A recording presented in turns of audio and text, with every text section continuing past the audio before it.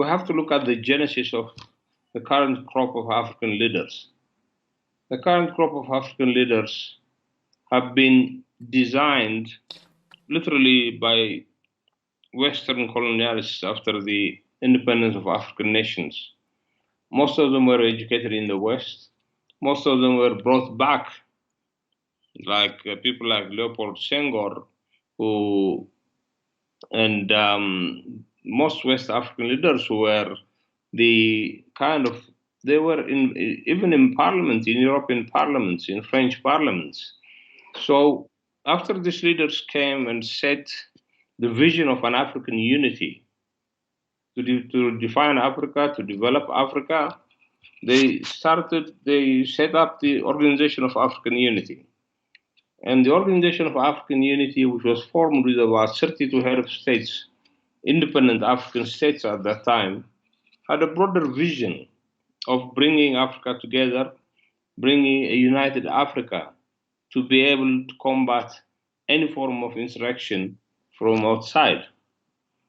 The problem was after this leadership, we had more than 110 military coups and counter coups in Africa.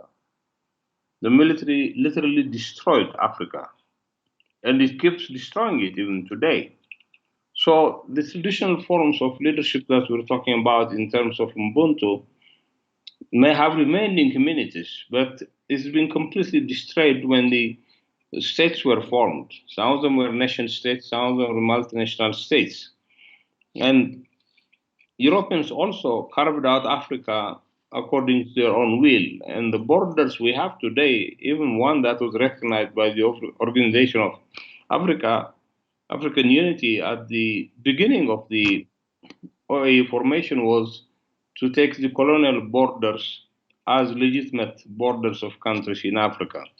So the kind of cultural traditions we had in management and in governance have been transformed so many times through kingdoms that were formed, later on through states that were formed after independence, and then after the military governments, which wreaked havoc across the continent. As I said, we had over 110 military coups, successful military coups in this continent. Now, coming, with the fall of the Berlin Wall, there was a movement for democracy in Africa, but much remains to be realized because, as we see, we have leaders who've been there for more than 30 years. Some examples are, for example, Gaddafi in Libya, Bashir in Sudan, and some of them still, countries like Cameroon, the Congo, are being run by the same people who've been there almost 3 decades. So today, the kind of governance we see in Africa is dominated by political parties and individuals who like to run for elections indefinitely.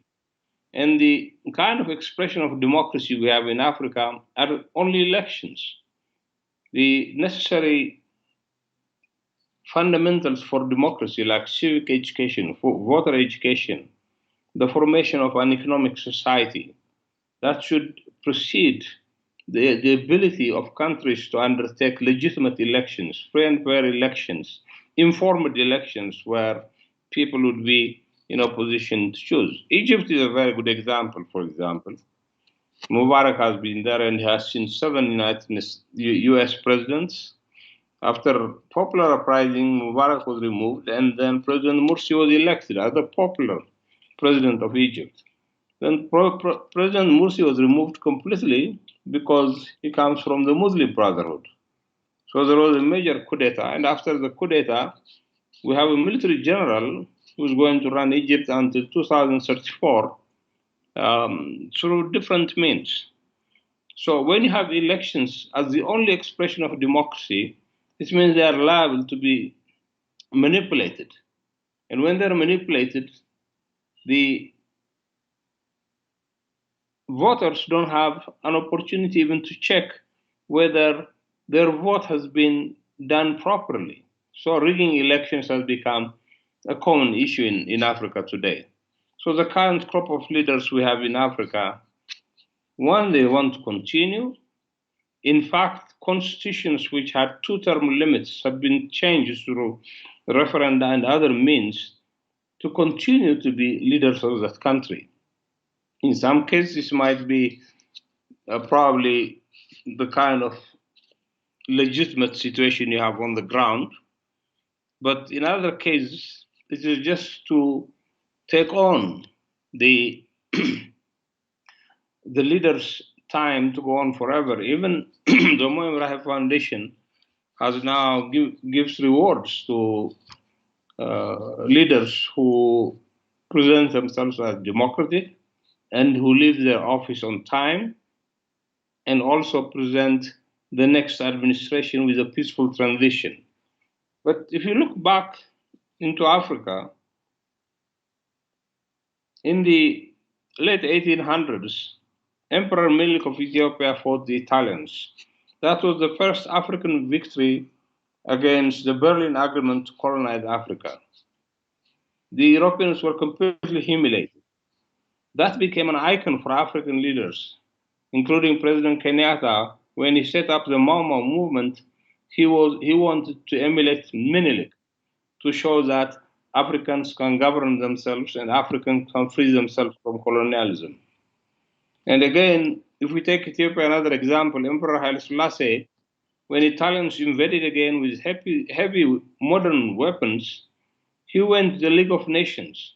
I think his capacity to make Ethiopia a member of the League of Nations at the time was a key point in the diplomatic history of this nation.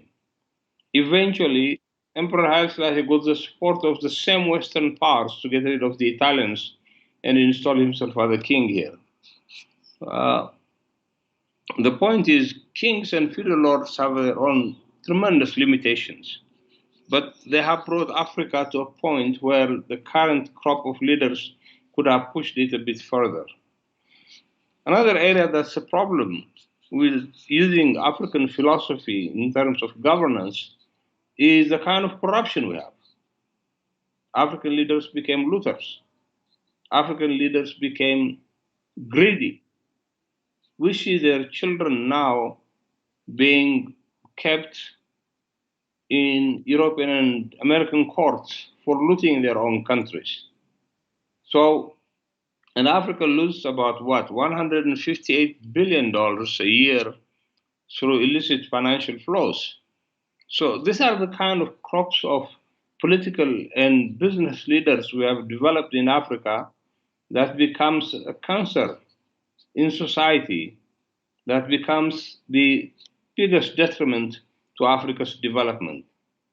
As I mentioned before, DRC would have been the richest nation in the world with over $24 trillion of wealth in minerals. But today it's one of the poorest countries in the world, and its people don't even have peace. When we hear about disease like Ebola, we hear about DRC. When we hear about disease like cholera, we hear about DRC. And today, even to protect ourselves from the COVID pandemic, we have to depend on the assistance of the West to buy us the vaccines, to vaccinate our own population. And therefore, I think African leadership has miserably failed so far.